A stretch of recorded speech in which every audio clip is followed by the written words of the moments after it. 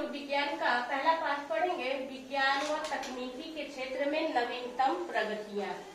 यानी कि विज्ञान और तकनीकी में क्या क्या नई चीजें हुई हैं, उसी के बारे में हमको पूरे चैप्टर में पढ़ना है। ठीक, तो सबसे पहले हम जान लें कि आखिर विज्ञान क्या होता है। ठीक, कोई भी ऐसा ज्ञान जो क्रमबद्ध तरीके से चलता है, ठीक, और सुसंगठित होता है, उसे हम विज्ञान के नाम से जानते हैं। विज्ञान हमेशा क्रमबद्ध तरीके से कार्य करता है।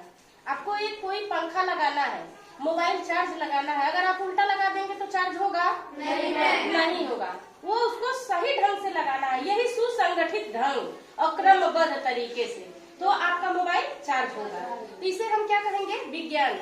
लेकिन विज्ञान हम जान गए, लेकिन अगर जान गए और हमारे पास मोबाइल नहीं है, हमारे पास चार्जर नहीं है, तो वह तकनीक नहीं बनेगा। तकनीक कब बनेगा? जब उस ज्ञान के द्वारा हम कोई यंत्र, कोई मशीन, कोई उद्योग बना देंगे उस सही ज्ञान का। ठीक, पंखे में कैसे सामान सारा लगता है, पंखी लग गया, ठीक, कंडेंसर लग गया, उसमें तांबे का, हाँ, बैटरी नहीं, तांबे का तार लगा है इसमें। अब हमको सही तरीके से जोड़ेंगे, ठीक, उस विज्ञान का प्रयोग करके हमको पता है कौन सी चीज कहाँ जोड़नी है, तब वो हमारे लिए तकनीक बन गया। क्या बन गया? तकनीक। यानी कि विज्ञान का जब हम प्रयोग करेंगे, उसके ज्ञान का प्रयोग करके आप किसी यंत्र को बनाएंगे तो वो हमारे लिए तकनीक बन जाएगा।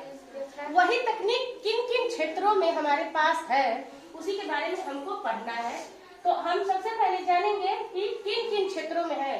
तो ये देखिए, यहाँ हमारे पास 12 चीजों के बारे में बताया जा रहा है। ठीक, यानी कि संचार, यानी कि हम अपनी बात एक जगह से दूसरी जगह पहुंचाते हैं या किसी और की बात को हम सुन लेते हैं, यही है संचार। ठीक, अब क्या हम चिट्ठी के द्वारा हम अपनी बात पहुंचाते हैं? क्या नहीं पहुंचाते हैं। ठीक है, अब हम कैसे अपनी बात किसी से करते हैं?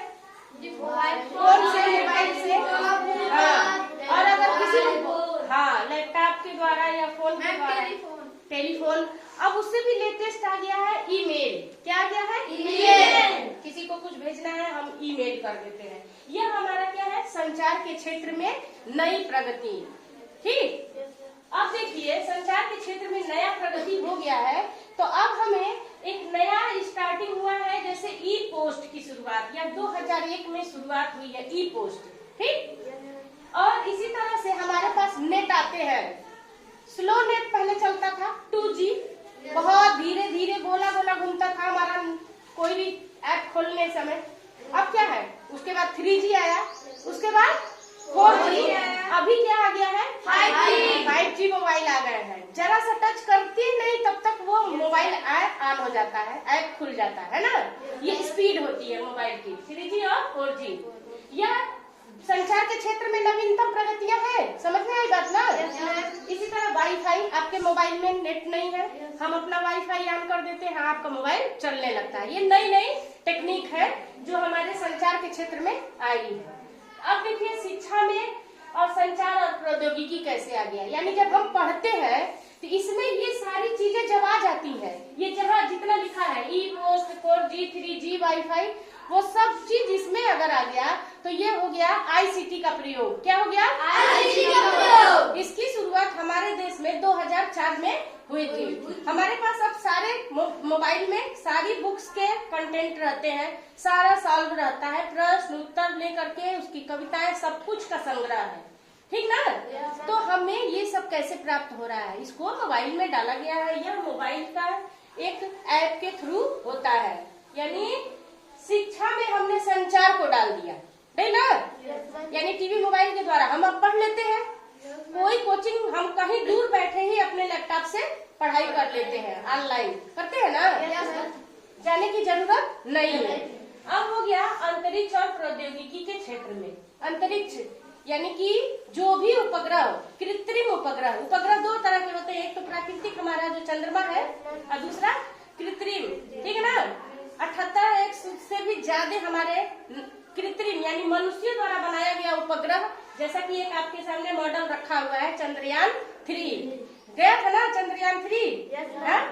तो ये हमारा चंद्रयान 3 चंद्रमा पे सफल लैंडिंग, यानी कि कोई पहुंच गया वहां सामान, तो उसको हम कहते हैं सफल लैंडिंग। क्या कहते हैं? सफल लैंडिंग। आखिर ये अंतरिक्ष और प्रौद्योगिकी है क्या, ये हमारी शुरुआत हुई थी।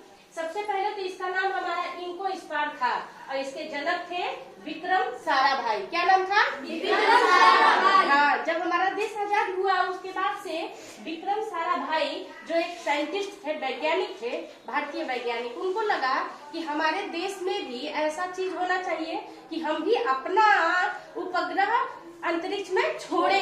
इसके लिए उन्होंने तत्कालीन प्रधानमंत्री जी जवाहरलाल नेहरू जी से उन्होंने कहा और उन्होंने अनुमति दी और उन्होंने एक अंतरिक्ष के संगठन की शुरुआत की। सबसे पहले उसका नाम था इनको स्पार, भारतीय राष्ट्रीय अनुसंधान अंतरिक्ष संस्थान समिति। इसका गठन हुआ था 1962 ईस्वी में। सबसे पहले इसी के द्वारा काम होता था, लेकिन अब इनको स्पार उसका नाम नहीं है, उसका नाम है इसरो। क्या नाम है?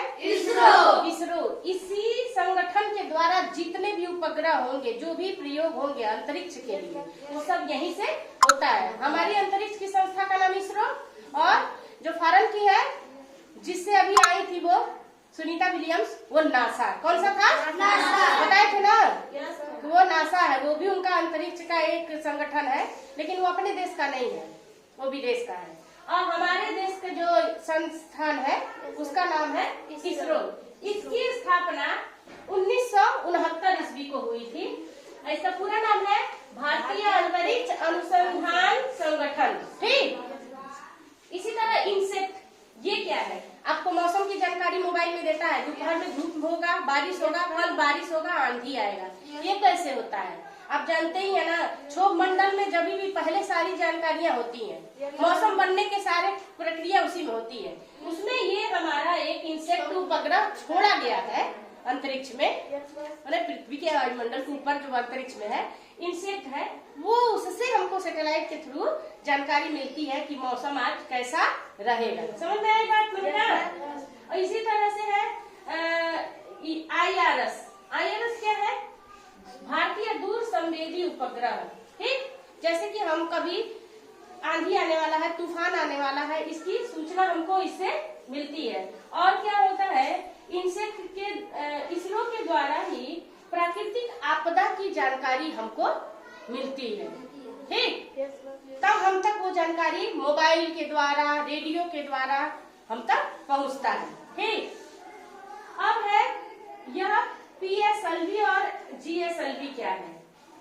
हमारा उपग्रह आपके लिए, आप बता दें, कोई भी गोली चलाने के लिए हमारे पास बंदूक का होना जरूरी है ना? yes. अगर गोली हमारे पास है और बंदूक नहीं है तो हम चला के मार सकते हैं किसी का? तो जो उपग्रह को छोड़ने का काम करता है, प्रक्षेपित करता है, उड़ाता है, वो होता है दो तरह का, PSLV और GSLV। यह ध्रुवों के लिए है, भू-स्थैतिक उपग्रह के लिए ये है, दो तरह का है। ठीक, इसका काम क्या है? सिर्फ उपग्रह को छोड़ने का काम, प्रक्षेपण कराने का काम है। बात समझ में आई बेटा? अब देखिए, एडुसेट शिक्षा के लिए समर्पित उपग्रह, यह भी एक उपग्रह है। एडुसेट 2004 में, ICT की शुरुआत हुई ना 2004 में। आखिर हम तक आपकी किताबें, हम यहाँ रहे या फिर देश के किसी कोने में रहे, हम जब भी मोबाइल में सर्च करेंगे, QR डालेंगे या अपने मोबाइल की विषय की किताबों का नाम डालेंगे, वो कहीं से भी पकड़ लेगा नेट के थ्रू। कैसे? इसी एडुसेट के वजह से, है ना? इसके वजह से हमारा उपग्रह पकड़ेगा और हमारे मोबाइल में वो जानकारी कहीं भी कभी भी उपलब्ध हो जाएगा। नवीनतम प्रयोग है ना ये? अब देखिए, इसरो द्वारा ही चंद्रयान फर्स्ट और थर्ड, सेकेंड वाला नहीं हो पाया था, तो पहला और तीसरा चंद्रयान सफल हम लोग इसको छोड़ चुके हैं और हमारा मंगलयान भी मंगल ग्रह पे जा चुका है। ये हमारे अंतरिक्ष की नई एकदम उपलब्धि है। चंद्रयान 3 और 1 और मंगलयान, यहाँ तक हमारा उपग्रह जा चुका है। बात समझ में आया बेटा? इसके बाद हमारा आता है अंतरिक्ष रक्षा और प्रतिरक्षा के क्षेत्र में। चौथा आ गया रक्षा और प्रतिरक्षा के क्षेत्र में। हर देश को अपनी रक्षा करने के लिए कुछ न कुछ शस्त्र अस्त्र रखना पड़ता है कि हम जब हमारे ऊपर कोई आक्रमण हो तो हम उनसे क्या करें, निपट सके, उनसे लड़ाई कर सके। ऐसे ही एक संगठन का नाम है DRDO। क्या नाम है? DRDO। हाँ, यहाँ पे बहुत सारे मिसाइल तैयार किए जाते हैं, जैसे कि ब्रह्मोस मिसाइल, सुपरसोनिक मिसाइल, आकाश मिसाइल। ये सारे मिसाइल हैं जब हमको युद्ध के समय ये प्रयोग हम कर सकते हैं, रक्षा के लिए काम कर सकते हैं। और चिकित्सा के क्षेत्र में पांचवा क्या है? चिकित्सा के क्षेत्र में। हाँ, अब हमारे पास यही बैठे बैठे दुनिया के किसी भी डॉक्टर से हम इलाज करा सकते हैं, ठीक है ना। ये हमारे पास ये 6-7 घंटे का टाइम मिलेगा। विश्व दुनिया के किसी भी डॉक्टर से हम आज इलाज करा सकते हैं। यह किसके द्वारा? विज्ञान के द्वारा, विज्ञान और तकनीकी के द्वारा, है ना। पेट के अंदर हमारे क्या हो रहा है, क्या दिक्कत है, हम पेट के अंदर मशीन डाल करके सारी जांच कर लेते हैं। ये नवीनतम प्रयोग है। क्या है? MRI, हमारे दिमाग पूरी बॉडी का CT स्कैन, MRI, ये सब नए नए हमारे तकनीक है जिससे हमारी बीमारियों का पता बहुत जल्दी चल जाता है, ठीक है ना। और सही समय पे क्या होता है, इलाज हो जाता है। इंडोस्कोपी जांच, मुंह के रास्ते से पेट के अंदर क्या प्रॉब्लम है, मशीन जाएगा, सारे पेट के अंदर का आपकी जानकारी वो बता देगा। ये सब नवीनतम विज्ञान का प्रयोग है चिकित्सा के क्षेत्र में। अब देखिए कृषि, आप लोगों के यहाँ कटाई चल रहा है इस समय। Yes ma'am. फसल में से अनाज निकाला जा रहा है। कौन सा यंत्र प्रयोग हो रहा है वो बताइए आप लोग। मैडम जी कंपाइन, ठीक, कट जा रहा है और जो उसको साफ कर दे रहा है, और मैडम वो भूसा ही बना देता है। आप देखिए कितना आसान हो गया, भूसा भी बन गया आपका, अनाज भी कट गया, आपके पास अनाज आ गया, है ना। यह नए नए प्रयोग पहले जमाने में थे क्या? बैलगाड़ी आएगी, ढो के ले जाएगी, उसको लोग खुद साफ करते थे, तभी ना होता था। पहले के लोग खेत काट देते थे, अब जला देते थे, अब नहीं जलाते। हाँ, वो भी खराब काम है, नहीं करना चाहिए। मैडम जी अब तो साफ ही हो जाते। हाँ, तो देखिए हमारा देश जो है कृषि प्रधान है और इसमें इतनी ज्यादा मात्रा में खेती होती है कि अब हमारे पास इतने यंत्र हैं, विज्ञान ने दिए हैं कि हमारा समय कम लगता है और जल्दी हमारा काम हो जाता है। उसी तरह परिवहन एक जगह से दूसरी जगह जाने के लिए अब हमको ज्यादा लंबा टाइम नहीं लगता है। हम हवाई जहाज का प्रयोग कर सकते हैं। पहले जमाने में बैलगाड़ी था, खच्चर था, इसी से न जाते थे, या साइकिल पैदल जाते थे। अब हमारे पास ट्रेन है, बुलेट ट्रेन है, मेट्रो ट्रेन है, CNG नवीनतम गाड़ियां हैं, ई-रिक्शा है ना, जो प्रदूषण मुक्त है करने वाला होता है ना। विनिर्माण, हम जब कच्चा माल देते हैं, आपके गांव में कपास के खेत होते हैं, पेड़ होते हैं, उनसे क्या आप कपड़ा पहन सकते हैं? नहीं ना। आपके आसपास इतनी फैक्ट्रियां लगी हुई हैं कि आप अपना रुई उनको दे के उनसे आप कपड़ा या धागा बनवा करके वो कपड़ा बनाते हैं। आपके पास विनिर्माण यानी कि उन चीजों को पुनः निर्माण करके आपको मिल जाता है कम पैसे में, है ना। उद्योग के क्षेत्र में अब हमारे पास लौह इस्पात, लोहा निकालने का इस्पात, लोहा से तरह तरह का, और सीमेंट उद्योग, ठीक, और कोयला उद्योग, कपड़ा उद्योग, बहुत सारा उद्योग है कि नहीं? हर तरह का उद्योग है ना। और देखिए इसी तरह का एक बाल्को, हिंडलो और नाल्को एल्युमिनियम के कारखाना है, ठीक, जिसमें एल्युमिनियम से संबंधित काम होता है। और ONGC ऑयल की फैक्ट्री है। ONGC क्या है? ऑयल मतलब तेल रिफाइनरी, तेल वहाँ पे क्या होता है, शुद्ध किया जाता है, साफ किया जाता है, ठीक। और ऊर्जा के क्षेत्र में नया नया आप जान ही रहे हैं, आपके गांव में आप देखते होंगे कई जगह काला काला प्लेट लगा है। लगा है। क्या है वो? मैडम जी वो बोलते हैं बिजली। हाँ, बिजली किससे बनता है? पानी नहीं, जो प्लेट होती है लगी रहती है, हाँ, ये सब जो ब्लैक प्लेट नहीं इतनी होती है, सोलर पैनल जिसे कहते हैं, किससे बनता है? सूर्य की रोशनी को वो खींचता है और उससे वो परिवर्तित करता है, किससे? विद्युत ऊर्जा में परिवर्तित करता है। तब हमसे वो विद्युत ऊर्जा हम प्राप्त करते हैं और उसे हम अन्य कार्यों में लेते हैं। यह सबसे नवीनतम और लेटेस्ट चीज है। सौर ऊर्जा का नवीनतम प्रयोग क्या है? सोलर सिस्टम, सोलर पैनल, ठीक। तो मैडम जी क्यों छत पे लगाते हैं? धूप कब कहाँ से लेगा? घर के अंदर धूप नहीं लेगा ना, छत पे रहेगा तो धूप सीधे उस पे पड़ेगा। और जितना अधिक धूप लेगा वो उतना ही ज्यादा चार्ज होगा। तो ऊर्जा हमारे पास दो तरह के हैं। कौन सा? एक नवीकरण ऊर्जा और एक अनवीकरण ऊर्जा। एक नवीकरण मतलब नया मिलता है, कभी खत्म ही नहीं होता है। जैसे सूर्य का प्रकाश कभी खत्म नहीं होता है। होता है क्या? नहीं ना होता है। आज हो गया ज्यादा धूप तो क्या कल कुछ कमी आएगी? नहीं ना, हर दिन निकलता है।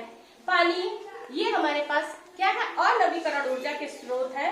पृथ्वी, वन, ये नवीकरण ऊर्जा, रोज रोज हमको नया मिल जाता है। पेड़ हम लगाते जाएंगे और क्या होगा? हमको मिलते जाएगा। लेकिन जो अनवीकरण है, जो एक बार खत्म हो गया दोबारा हमें नहीं मिलेगा, उसे हम कहेंगे अनवीकरण ऊर्जा। ठीक? कोयला को जलाने के बाद आप फिर कोयला प्राप्त कर सकते हैं? नहीं। क्या बन जाएगा? राख। क्या बनेगा? राख।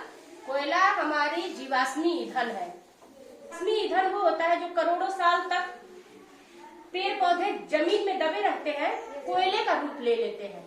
जीव जंतु जब जमीन के अंदर करोड़ों वर्ष तक जीवित रहते हैं तो वो पेट्रोल और डीजल का रूप ले लेते हैं। यह बहुत ही लंबा समय तक चलने वाली प्रक्रिया से प्राप्त होता है। इसका एक लिमिट में भंडार है और हम अगर ज्यादा खर्चा करेंगे तो एक दिन ऐसा आएगा ये खत्म हो जाएगा पेट्रोल डीजल, है ना? तो यह अनवीकरण ऊर्जा का स्रोत है। कौन सा?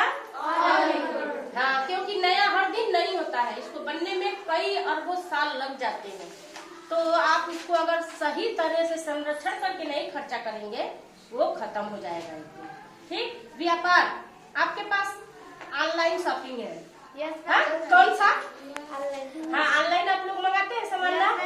कौन से ऐप से? मीशो और फ्लिपकार्ट और अमेजन नहीं है, फ्लिपकार्ट है, स्नैपडील है। ये सब हमारे पास, अब दुकान जाने की आपको जरूरत नहीं है। आप ऑनलाइन सामान मंगा लेंगे तो आपका व्यापार क्या हो गया? ऑनलाइन, मोबाइल में हो गया। जो मर्जी चाहिए घर बैठे मंगा लीजिए। हाँ, हो गया कि नहीं? अब ई गवर्नेंस यानी कि सरकार आपको कुछ सूचना देना चाहती है। कितने लोगों के पास जाके बताएगी कि हाँ ये चीज आपको करना है। जैसे आयुष्मान कार्ड बनाना है, ठीक? रोजगार कार्ड बनवाना है। कैसे पता चलेगा? मोबाइल के थ्रू हमको पता चल जाता है उनकी सूचनाओं को। फिर हम आवास के लिए लोग भरते हैं, मोबाइल में पता चलता है ना, टीवी के बाद पता चलता है। उसको लोग फॉर्म भरते हैं ऑनलाइन और उनका हो जाता है। तो जब सरकार की किसी योजना की जानकारी हमको टीवी मोबाइल के थ्रू मिलता है, उसकी जानकारी होती है। सरकार की किसी चीज की जानकारी हम तक नेट के द्वारा, इंटरनेट से पहुंचती है, उसी को हम कहते हैं ई गवर्नेंस। क्या कहते हैं? E governance. ठीक, ये आपका सारा लेसन खत्म हो गया। ऐसा ही एक ऐप है उमंग। ठीक, उमंग ऐप क्या है? सरकारी सेवाओं की जानकारी देता है कि क्या है इसमें। सरकारी सेवा मतलब नौकरी, छोटा से लेके बड़ा तक की नौकरी का जानकारी उसमें रहता है। उस ऐप का नाम है उमंग ऐप। क्या नाम है? उमंग ऐप। ठीक है।